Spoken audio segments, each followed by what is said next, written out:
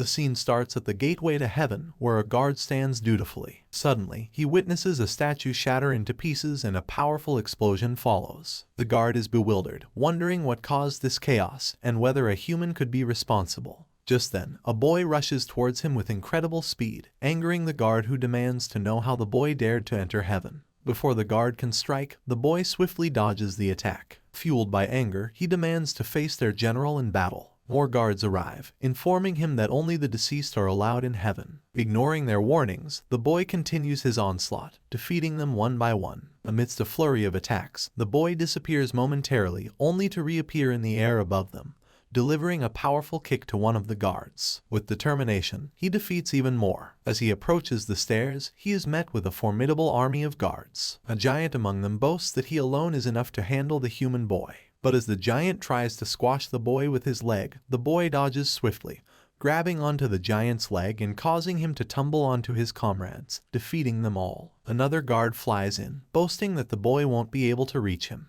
But before he can finish his sentence, the boy teleports behind him and with a flick of his finger sends the god crashing down. Realizing the boy's power, the god accuses him of cheating and demands that the boy step on him if he wants to proceed. Without hesitation, the boy steps over him and continues forward. The god questions why the boy is directing his incredible strength against heaven. Fueled by anger, the boy declares his intention to destroy heaven completely, leaving no trace behind, as it has taken everything from him. He jolts awake in his bed, shouting about a spicy pork rice bowl being the culprit behind his vivid dreams. He wonders what nonsense he dreamt of this time, unable to recall anything specific. Putting on his glasses, he reflects on the strange dreams he's been having lately, like fighting angels or something equally bizarre. He considers quitting video games, thinking they might be to blame. Suddenly, he feels a strange sensation coursing through his body, like electricity tingling under his skin. Just then, his mother opens the door and asks if he is awake. He confirms, and she inquires if there's anything wrong with his body. He assures her everything is fine, but she persists, mentioning odd sensations he might have experienced, like tingling or unusual feelings upon waking up. Perplexed, Yi questions why she's asking such strange questions as he gets out of bed. She insists she sensed something was off. Yi dismisses her concerns and tidies his bed, then heads to wash up and eat, while his mother prepares to leave for work. Yi descends the stairs and finds his father working. Concerned, he asks if his father got enough sleep last night. Startled, his father reacts nervously, asking for forgiveness. Perplexed by his father's behavior, Yi questions why he's acting so strangely. Once his father realizes it's Yi, he relaxes and casually asks if they should have toast for breakfast. After a brief pause, Yi prepares to leave for school. His father insists he should at least have breakfast, but Yi, already wearing his shoes, protests that he's running late. However, his mother interjects, reminding him it's his birthday, and they're planning a party later, so he should return on time. Yi reluctantly agrees and heads off to school. His mother comments to his father that Yi seems unaware of his own birthday. Walking along the footpath, Yi ponders why his parents are acting so strangely, as it's quite unlike them to be so pleasant.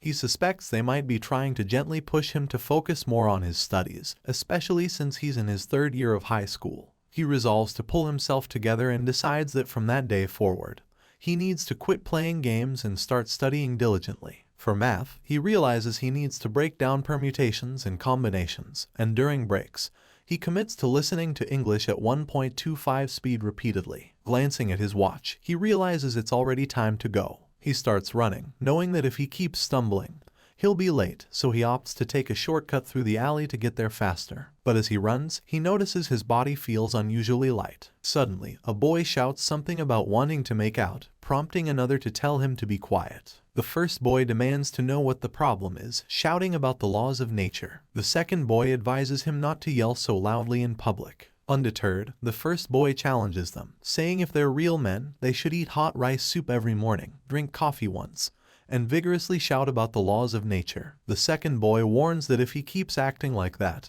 he might get beaten up. The first boy scoffs, asking who would dare to lay a hand on him, and if they did, he'd take care of them. He, feeling uneasy, tries to run away, but in his haste, he accidentally knocks over his coffee, causing it to spill onto the first boy, who then crashes into the wall. Shocked by what just happened, both boys wonder what went wrong. The first boy notices blood coming from his head. The second boy calls out to Yi, urging him to apologize if he's hurt someone. A passerby takes Yi under his arm. Concerned, Jarm asks if they got hurt because of Yi. The second boy questions why Yi was running in such a narrow path and points out the consequences of his actions. The first boy insists that Yi only bumped into the other boy's coffee. However, the second boy disagrees, noting the bleeding. Yi is horrified and asks how he could have hurt someone like that. The first boy tells them to stop making a fuss, reminding them that Yi is just a student and feels embarrassed. The second boy demands to know what they're talking about and insists the first boy should be compensated for his injury. The boy grabs Yi and insists it wasn't just a dislocated shoulder, demanding compensation for medical expenses. Yi is taken aback by the demand. The injured boy tries to intervene, but the boy persists. Suddenly, an angel descends to Earth, proclaiming it's the world where the boy she seeks resides. Yi offers some money to the boy, who accepts it but warns Yi not to hide anything, threatening to harm him if he does. Then, he demands 1,000,000 won. Yi is stunned and questions where he's supposed to get that much money. The boy suggests they go meet Yi's parents and explains it will take about 15 weeks for the injury to heal. Despite the injured boy's protests, the second boy remarks that anyone seeing him would think he's a self-harming blackmailer. Yi insists he doesn't have any money and needs to go to school. The boy shouts at Yi, asking if he thinks this is a joke. Once again, the injured boy pleads for them to stop harassing a child. But then the boy kicks Yi, accusing him of hurting someone and expecting to get away with it.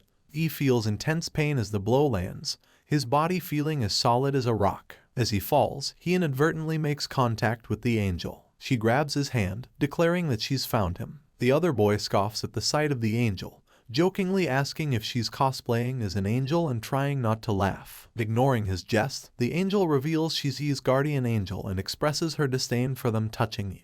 The boy sarcastically questions if she's from an insurance company or something, suggesting they settle their agreement while he's still speaking politely. Unfazed, the angel asserts that she's seen enough to know that these boys are bad and that bad people need to be punished. With swift action, she jumps behind them and delivers a powerful kick of salvation to the second boy, followed by a rebirth punch. The boy cries out in pain, claiming he was only shouting about the laws of nature. The angel casually remarks that shouting the secret of nature is considered a crime of leaking that secret. The boy questions why it's a secret in the first place. The angel explains that disrupting the morning peace by shouting unnecessarily in a residential area constitutes a crime of disturbance. She then suggests that to mend a flawed character, a good scolding is the best remedy. With a shrug, she remarks that's just how the human world works, deciding to leave them to their own devices. She comments on the pleasant weather and considers lying down in the street like the two boys, but decides against it, acknowledging it's not the right thing to do. Turning to Yi, she greets him with a hello. Yi, puzzled, asks if she knows him. She confirms, identifying him as the timid Abraxas that emerges once every 1,000,000 years. Yi starts to introduce himself, but the angel interrupts, stating she knows he's Yi, the third-year high school student, discerning it from his school uniform tag.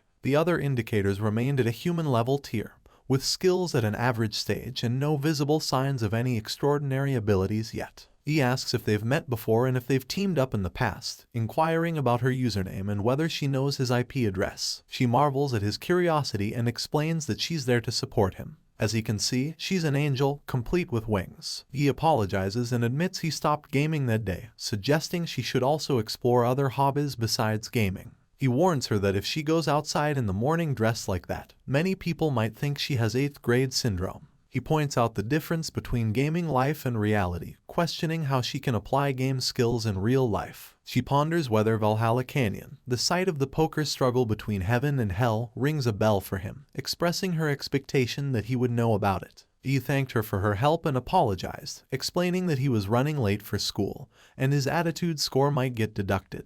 With that, he hurried off. The angel mused about adulthood and nagging, considering it to be expected from the future of an angel. She then transformed herself into a high school student. The two boys who were lying down were surprised to see her as a student too. At school, the teacher announced to the class that there was a new transfer student and asked everyone to be friendly. The angel, now introduced as Park, took a seat next to Yi, choosing the last one available. The teacher instructed her to take her seat as the class was about to begin. As she went to sit down, others in the class commented that she was making her presence known as soon as she entered. One student questioned another, asking if she wasn't being a bit pushy. Park approached Yi, who was busy with his work, and informed him that she found him. Taking her seat next to him, she greeted him with a hello. Initially preoccupied, Yi didn't pay much attention and responded with a distracted hello as well. However, when he finally turned to face her, he was shocked to see her sitting right there. She explains that they had just met outside. He, still considering her as a cosplayer with 8th grade syndrome, expresses his skepticism. However, she surprises him by revealing that her school uniform is her favorite outfit, and that dressing up is like cosplay for her. Intrigued but still cautious, Yi questions her motives, asking if she expects something in return for saving him and why she was chasing him in the first place. She responds by stating that she chased him because he is the Abraxas who appears once in every million years, and among them, he is destined to become the most powerful being, a hybrid. Perplexed, Yi wonders what she means by hybrid. Park showed him a card and explained that it was incredibly hard to get because it was legendary, but now that they saw it in real life, it seemed unbelievable. He commented that she seemed serious, wondering if it was because she was addicted to games. She put the card back in her bag and mentioned that he hadn't awakened yet, so he might not believe what she said, but his body would prove it along with the kind of abilities he had. He pondered over his abilities as she assured him that regardless of what he had done, he would be amazed by the abilities he had never had before. Then they started the art class. Yi remarked that it was ridiculous and his hand was going crazy. The teacher was surprised and, taking his painting, commented that he should take drawing seriously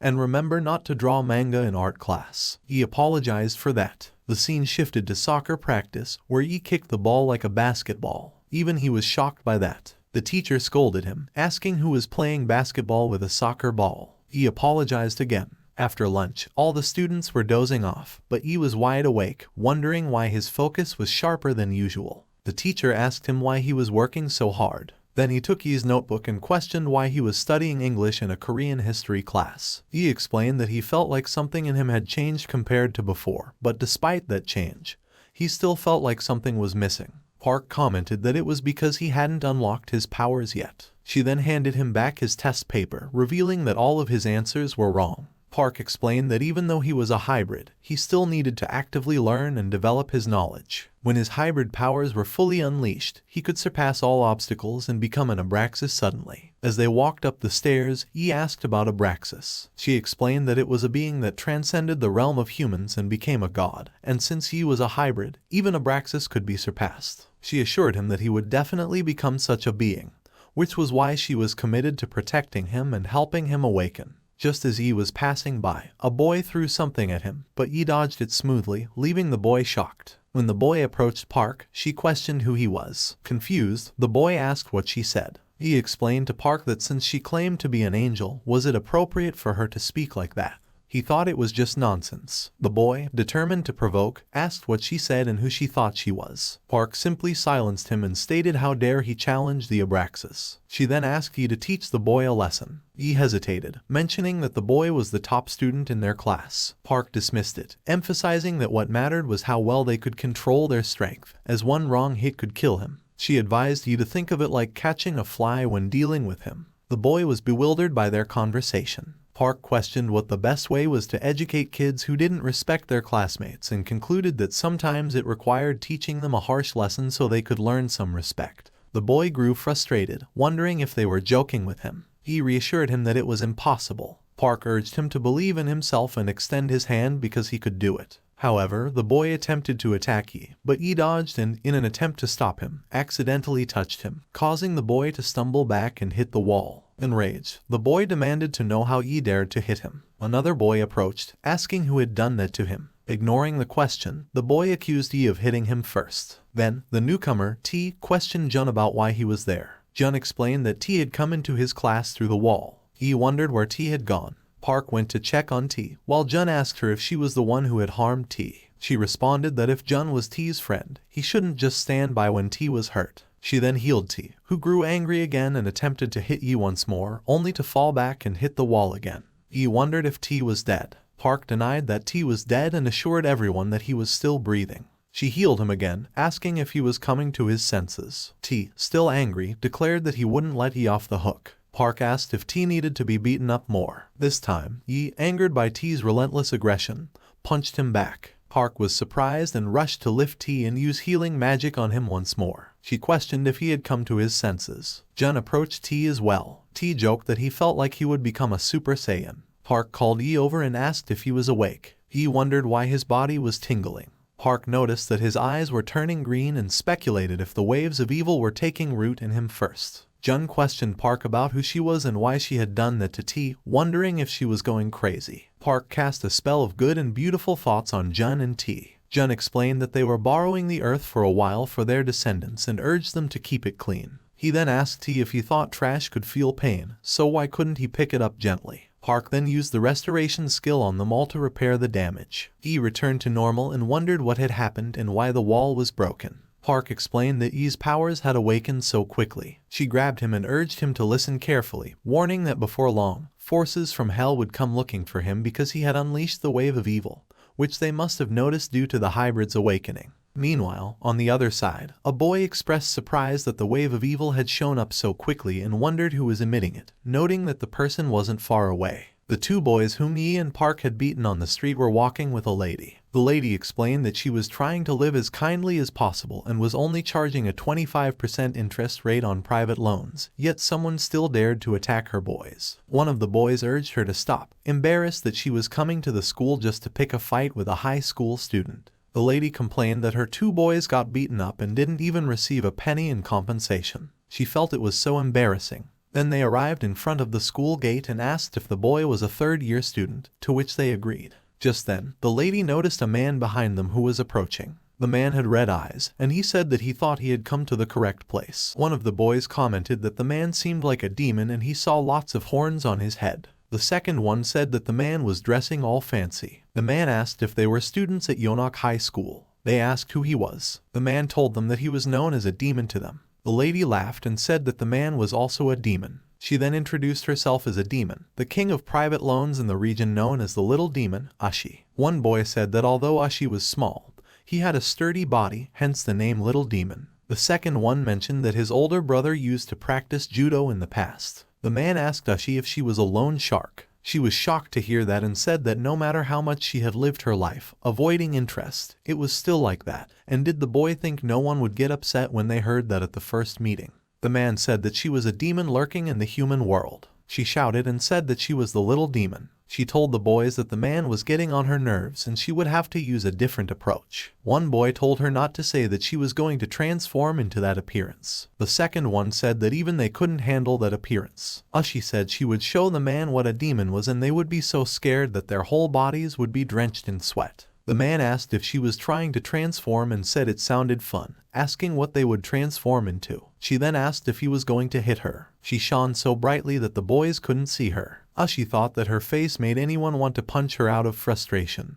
But the moment they touched her even slightly, they would be guilty of assault and would have to pay a settlement. A boy said he wanted to beat the man badly, so could he. Ashi continued thinking that she was a local loan shark, the little demon, and so far they had obtained bloody settlement money from numerous people through that method. And no one had ever seen such a face and escaped unscathed. First, she would make them suffer through criminal charges, then through civil charges until the day they died. A boy commented that she was so vicious, which was expected from her. The second one said that he really respected her. Ashi thought that the scariest punishment in the world was a financial penalty, and the pain of not being able to kill her would increase his settlement fees. She asked the boy again if he was going to hit her. Those two boys were furious and said that they didn't want to see her and wanted to hit her. Ashi thought that they were so annoyed and she knew they wanted to beat her up.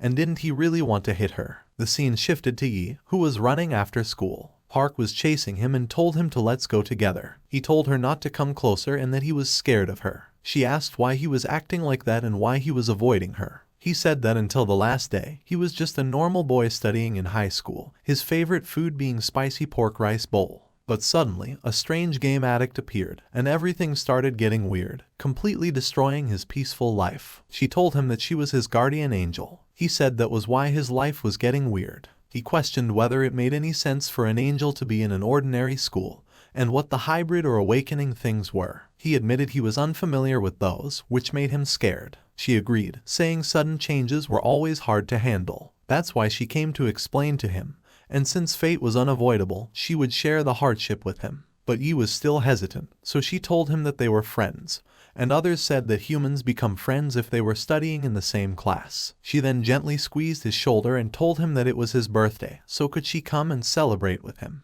He questioned how she knew that. She replied that she was his guardian angel, so she should know much, and asked if he was fine with that. She added that if an angel came and gave him blessings on his birthday, he would achieve all the things he wanted. He thought about it and said that there was a condition. She shouldn't tell his parents that she was an angel because that might shock and surprise them. It was the first time he was inviting someone other than a human to his house, so he didn't want to give away that she was an angel. She agreed and thanked him for trusting her, then suggested they not waste any time. As she held onto his shirt, she flew away into the air with him. He reminded her not to reveal that she was an angel. She replied that she would fly so fast that no one would pay attention to her. The scene shifted to Ushi, and the man said that it was so funny. He came closer to her, stating that she was so cute. He then whispered something, and Ushi felt a hot dagger fly towards her, piercing her heart. She dropped to her knees, feeling as if she'd been shot by a gun. The boys asked the man what he had done to Ushi. He assured them he wasn't going to attack them. He had simply made them both feel weird as well. The man explained that he would just amplify what they usually suffered from a bit, and he added a urinary stone, since they liked drinking. One boy commented that he was so hungry. Just then, the man saw Park's blue light, and he understood that it was the trail of an angel. He started flying and said that those angels always left trails behind them, and hiding one's presence on the battlefield was basic. The boy said that no matter how much money they made, it would be of no use if their health was low. The second boy said that the man who imparted such a valuable lesson to them, could he be an angel disguised as a demon? Park and Yi arrived at Yi's building. As they descended, she made her wings disappear. He asked what would happen if someone saw them. She apologized and said it had been a while since she had been invited to a birthday party, so she got excited. He reiterated to Park not to use any power inside his house and not to open her wings as well. As he opened the door, his father asked if he had come back from school, and if it was cold outside, wondering why he was shivering like that. He introduced Park and said that she had transferred that day, so he invited her to his birthday party. She headed inside, introducing herself. Just then, his father told her not to say she was that person. She told him to keep quiet. Then Yi's father asked what was going on, suddenly bringing his friends home, and wasn't it the first time he brought a friend on his birthday? Yi said that it was everything he desired, and that's why it happened. Yi was surprised to see his father making a cake since they usually ordered food for his birthday. His father said it was a special birthday for him. Just then, someone knocked on the door, and Yi questioned who it was and if it was the food delivery. The boy opened the door holding a box and said that he would be transferring to the same school as them the next day. He heard it was Yi's birthday, so he came to congratulate him. When the boy made eye contact with Park and headed inside, he asked Yi his name. Yi commented that even though he didn't know his name, he came to wish him a happy birthday, and mentioned that he would be transferring to the school the next day. The boy moved closer to Yi and said that they would be friends the next day, so there was nothing wrong with starting a bit earlier. He encouraged Yi to take the first step, even if it was a small one. Yi's father agreed and said he needed to check the oven, so they should have fun. Yi's father seemed wary of the boy. Yi went to change his clothes. Suddenly, the boy became angry and enraged, destroying the wall and flying outside. Park stepped forward to defend the others, stating that Yi had just turned 19, so wasn't it too cruel for the demon's side to start moving against a child? The boy dismissed it as nonsense, saying that he didn't think even the angels knew how important the age of 19 was. He continued, saying it was too cruel for an angel to arrive before the birthday champagne was popped. Even though that day was just the first day of awakening, wasn't it because of the influence of the evil waves that a powerful ability was manifested? He came back after changing his clothes but found his friends weren't there. He spotted them in the air, so he shouted for them to stop. Even though he couldn't say it in front of his father, he realized the boy was a demon. If there were angels, demons were also there, so he wasn't surprised. But if they came to celebrate his birthday, they shouldn't cause any accidents. They both came inside, and the boy said it seemed like he was troubled by that, but it could be resolved easily. He exclaimed that it was a metal fence. They asked why he found it cozy and nice. He urged them to quickly put it back to normal before his father saw. Then Park said that she left it as it was before. She continued, saying that Yi still had a good heart and didn't even try to forcefully stain it. The boy remarked that Park was thinking in the outdated way of cheap devils. Nowadays, demons didn't coerce, rather, they had been more compassionate than the angels recently. He then opened the box and told them to just look at Yi's gift. Wasn't it basic to prepare a gift for a friend's birthday? Didn't they want to know how his appearance would change? With the crystal ball he brought, they could see their future. As they were looking into it, Yi's father silently left the room. The boy suggested they take a glimpse of what Yi's future was like. As they all looked at the crystal, Yi questioned if it was on double speed. Even in the online lectures, he couldn't hear anything that fast. Park commented that she couldn't see anything clearly either, so she asked the boy to slow it down. The boy suggested trying 0.5 speed. Still, they could only see blurry things. Then the boy said, "Just take a look at that." And suddenly it was clear, his evil silhouette, stained with pitch black evil. Park slapped him, telling him not to talk nonsense and asking if he was going to use his cheap tricks again. The boy struck the wall and fell back. He said it seemed even the angels who had arrived in the human realm were just as wicked, trying to claim those who hadn't fully awakened yet. Park said he must side with the angels, they couldn't allow demons to wield such great power. He replied that if she attacked him again, he wouldn't hold back anymore. He shouted for them to stop, worried about the mess in his house and what his father would think if he saw it all. Just as they heard Yi's mother was coming, he told them to fix all the destruction they had caused. When his mother arrived, Yi welcomed her and mentioned she was late. She noticed the boy and acted like they didn't know each other. Yi reassured her that he knew she felt a bit strange. His mother said she understood that those kids were Yi's friends and welcomed them. Yi's father came in with a cake and suggested they have a birthday party since she was there. She agreed, saying Yi had waited long enough and his friends might be hungry too. They all sat down to celebrate, but no one seemed happy. Yi's father said he needed to light the candle and asked his wife if she had a lighter, but she didn't. Then the boy made a fireball with his hand and lit the candle. He asked why a student like him was carrying a lighter. Park asked to sing the birthday song, and she did. He asked his parents to turn on the Bluetooth speaker since artificial intelligence speakers were what everyone used these days. Yi's father told his wife that it was Yi's 19th birthday, and because it was a special day, angels and demons had come. She replied that she already knew that, so he should stop talking nonsense. They wondered if Yi would find his original identity. Yi thanked them for the birthday wishes, saying he couldn't believe it had been 19 years since he was born. He thanked them for raising him until then and made a wish. The boy thought the sound coming from Yi's mouth sounded like a demon. Park asked Yi what he wanted to be in the future. She thought it was as expected and that he had the qualities of an angel, which was impressive considering how nicely he spoke compared to kids these days. However, she reminded him never to let his guard down and to make both demons and angels fear him, as he would become an apex hybrid. He made his wish and blew out the candles. Park asked if they all remembered the old legend of Mudeking, the Abraxas from Atlantis. Although he failed to become the apex hybrid, he gained tremendous abilities through awakening. The first thing he did upon awakening was make the Mu continent sink and disappear because his shoes were wet and uncomfortable as he walked. They were all surprised by a blast-like sound behind them, but Yi's parents reassured them that the city was fine. Yi said he would start cutting the cake, but the boy stopped him and asked if he remembered the Opus Abraxas from Mars. Everyone was shocked to hear that. The boy continued, saying that although that Abraxas from Mars failed to become the apex hybrid, as soon as he awakened on his birthday, he used the dagger in his hand. He hated turning a year older and made a huge scratch on Mars, causing all life forms on the planet to become extinct and be forgotten. He cut the cake and handed it to his father. Everyone clapped, and his father commented on how smooth it was without a single scratch. He was busy with the cake, so the other four went to a corner to talk. One of them said there wasn't any sign in Yi for awakening, and the first awakening was supposed to be at his 19th birthday. Park said that the initial awakening usually begins on the birthday, but the degree of awakening may vary,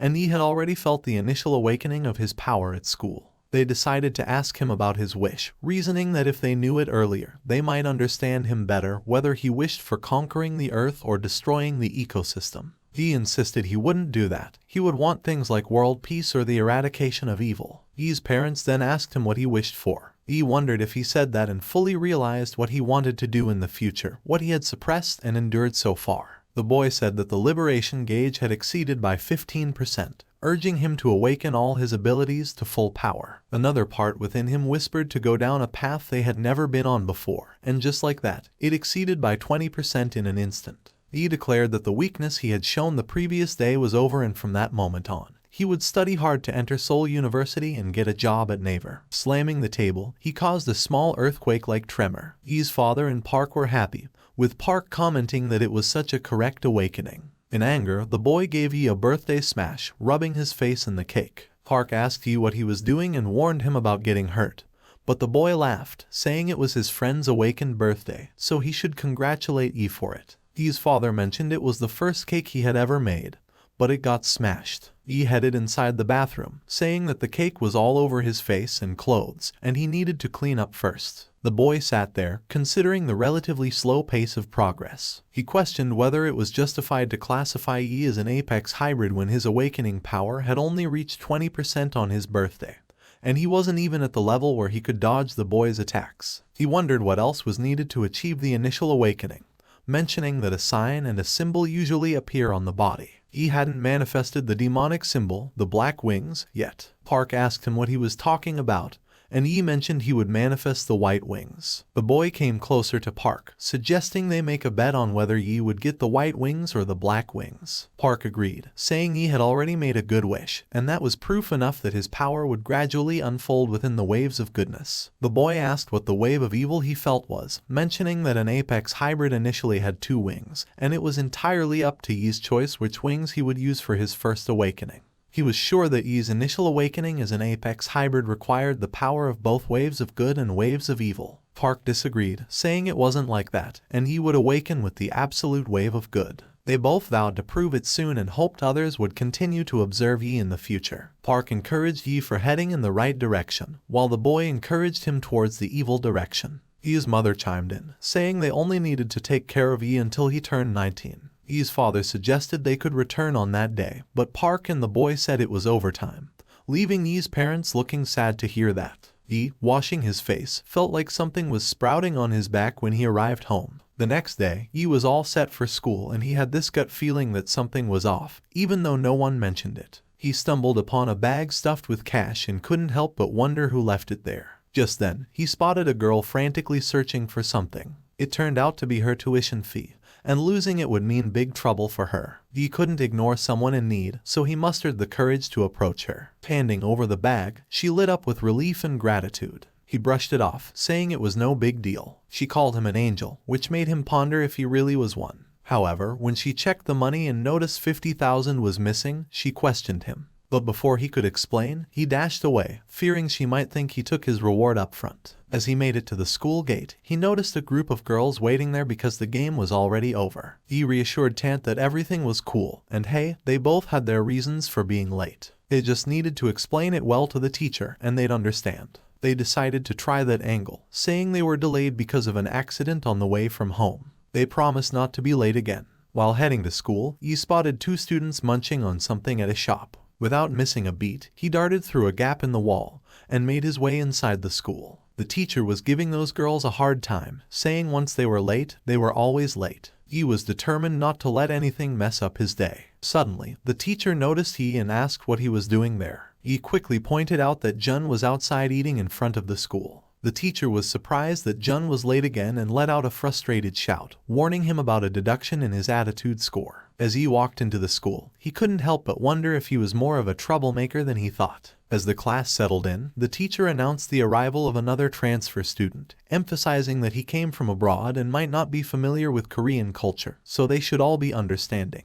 The students couldn't help but wonder about this new addition, especially since his uniform seemed different, possibly from abroad, suggesting he might be quite robust. Suddenly, Scalpel sauntered into the classroom, declaring himself as a messenger from the depths of hell, hotter than lava itself. He announced that, in honor of his arrival, he had a special treat for everyone, the Hellfire Hot Sauce Hell Burger, a taste from the underworld. He passed out the fiery burgers to all, even customizing one for the teacher, labeling it the Calorie Bomb. Impressed, the teacher commended Scalpel for his thoughtfulness and generosity. As the students dug into their spicy burgers, one remarked on its heat, but admitted it was delicious. Another chimed in, saying it was even better than the famous ticket cake sold outside the school gates. Scalpel spotted Yi and Park and called out to them, expressing his surprise that Yi was still around. He took the chance to reconnect with Yi. He couldn't help but think about how much had happened in just a few days. Scalpel greeted Park as well, but she seemed irritated. She questioned why he didn't bother to use a localized name as a common courtesy, instead sticking to his real name. Scalpel defended himself, saying that fulfilling desires was just a demon's nature,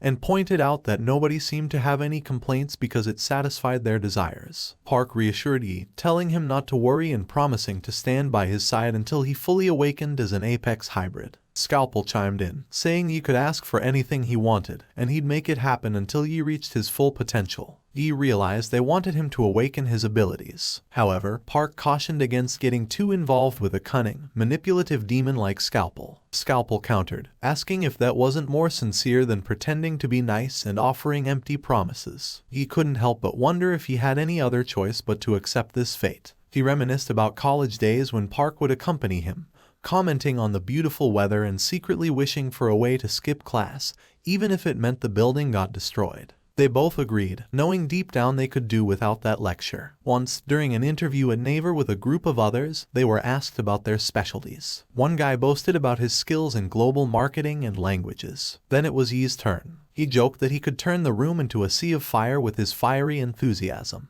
Little did he know, he'd actually cause a commotion. Meanwhile, Park and Scalpel strolled along, and Park asked Scalpel about wanting to talk. She wondered where they were heading. Scalpel cryptically replied that they couldn't reveal themselves in front of humans. Perplexed, Park questioned his statement. He asked her to bear with him and started with the conclusion she needed to give up being a hybrid. She retorted that she knew it would come to this, but giving up wasn't an option, especially since he was the last hope that Heaven had been waiting for. Scalpel acknowledged that he understood she wouldn't give up on Yi easily, mentioning how innocent angels like her often fell into traps set by cunning demons like himself. He revealed that he had tied her with chains but considered it fortunate that his mourning barrier had been successful. Park demanded to know what he was up to and insisted he release her. Scalpel explained that she needed to stay put for a while, as he planned to help Yi make a decision, and then he left. Park pressed him on what he intended to do with Yi. Meanwhile, in the school corridor, T was walking, looking visibly distressed. Scalpel appeared, teasing him. T, feeling provoked, asked why Scalpel was bothering him. As he went to throw a punch, he suddenly felt as though something was blocking his way. Scalpel smirked, declaring that now everyone would discover that T was truly a Zopop.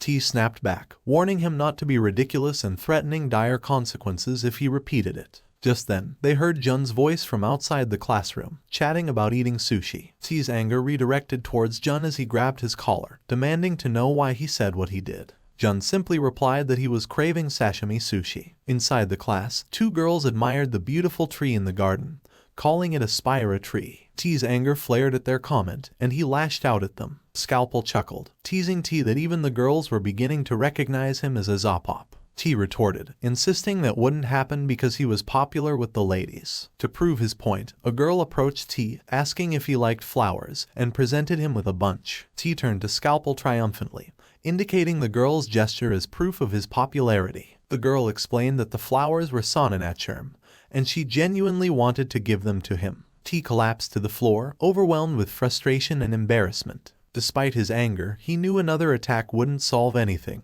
He felt like a powerless monster. Scalpel extended his hand towards T, suggesting that if he desired such power, he could have it. T hesitantly asked if it was truly possible. Scalpel affirmed that with a deal, he could grant T those powers. T questioned if Scalpel required his soul in exchange, but Scalpel dismissed the notion, stating he wasn't interested in such matters. Instead, he proposed that T only had to seek revenge on E after obtaining the powers. T readily agreed, determined to carry out the plan. With the deal sealed, Scalpel transferred his powers to T. T remarked on the impending craziness, feeling an immense surge of power coursing through him. His eyes turned red, and he felt like the mightiest being on Earth. Scalpel clarified that T wouldn't become overwhelmingly powerful but more like being ranked first in the local area. T, feeling a rush of excitement, declared that he was no longer a Zopop. Scalpel agreed with him. Meanwhile, Yi stood alone, contemplating his fate and the path he needed to embrace. He envisioned a future with an exciting career